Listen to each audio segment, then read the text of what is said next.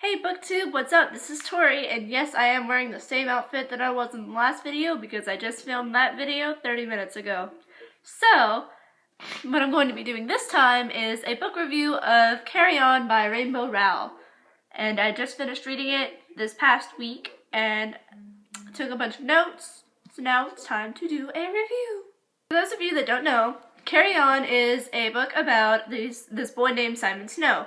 He has magical powers. He goes to a school of magic called Watford with his arch nemesis Baz, who is also his roommate, and they have been roommates for the entirety of their time at Watford. And Baz is evil. He is a vampire, and this is not spoilers because it says it all in the book description on the inside cover right here. But Baz hasn't been there all year, and Simon is beside himself. He doesn't know what's going on, why Baz isn't there all of a sudden, and there's this evil thing that is taking on the magic, and the mage of school, which is like the headmaster, is trying to fight it, but he's keeping Simon in the dark. He's not telling him as much as he normally would, and they're just trying to figure out exactly what's going on throughout the book.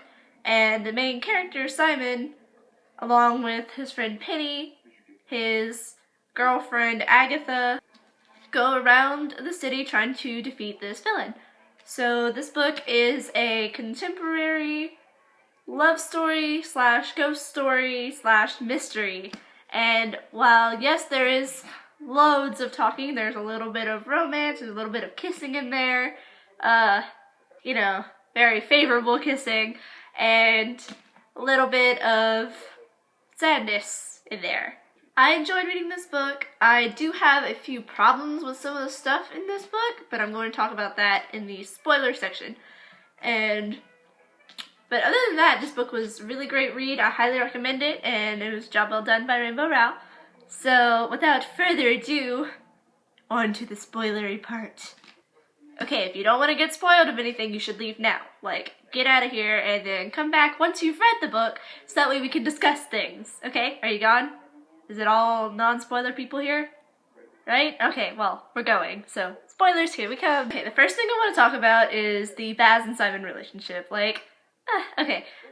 I was fangirling. I really, really enjoyed it. It took a while for the story to catch on for me, but I felt like once Baz finally came back, and then they had the whole scene in the woods, and then Simon kissed Baz, and it was just utter perfection, and it was like, I was reading it in the lobby of my dorm, and I was literally bouncing around the hallway, lobby, whatever you want to call it, just like freaking out because it was so cute and so adorable. I mean, I kind of felt bad for Agatha because they broke up. I mean, even though they were broken up, he was still like, it was Baz. I mean, they were supposed to be mortal enemies, or not mortal enemies because Baz isn't mortal, but I ship it hard, and I like it. Another part of this book that totally blew my mind was the whole Nicodemus being Eb's brother. I was like, whoa, wait, what? And the fact that he went to the vampires willingly to gain immortality, I was like, what even? Like, ugh. Or the fact that, okay, what bugged me about this was the fact that nobody was going to tell Simon who his parents were, let alone the fact that his mother came to visit him when he thought that it was Baz's mom. But, I mean, come on. Or the fact no one's gonna tell him that freaking Mage is his father, and that his mother is dead, but he wasn't, like, born to non-magical normals. How can you not tell somebody that? And how did Lucy die? I mean, I know it's typical Rainbow Rowell style to leave questions unanswered, but these questions, I was like, it bugs me that there's no answer to them. Like, how did Lucy die? Is no one going to tell Simon who his parents are? Like, what's another one? Why did the wand not always work for Simon if it was the mage's wand, but the mage is his father? So shouldn't it work for him because it's a blood artifact? But it only worked half the time? What? You guys, if anybody knows the explanation of this, please tell me. Because apparently I missed it, or it just wasn't explained in there, but I would like to know.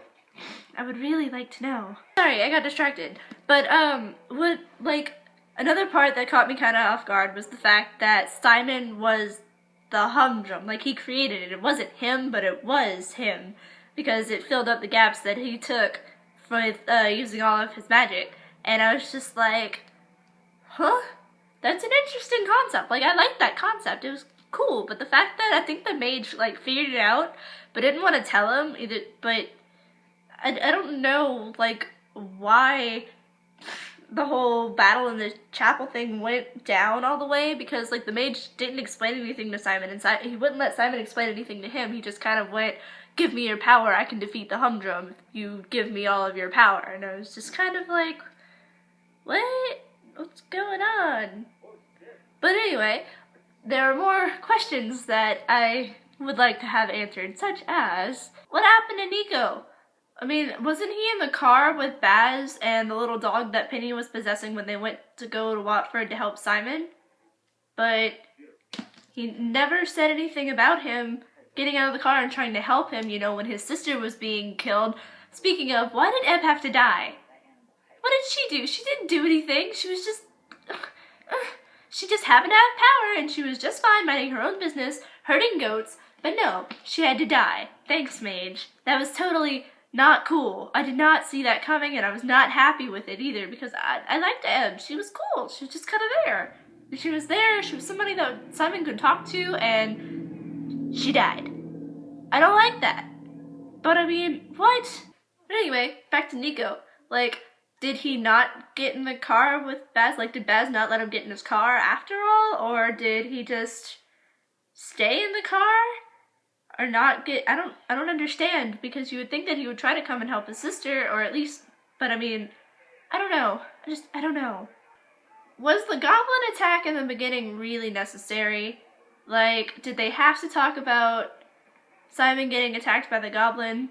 And, like, the whole goblins having the bet that whoever kills him first gets king of the goblins thing. Was that, like, absolutely necessary? Because I feel like it didn't really play that much of a part in the story.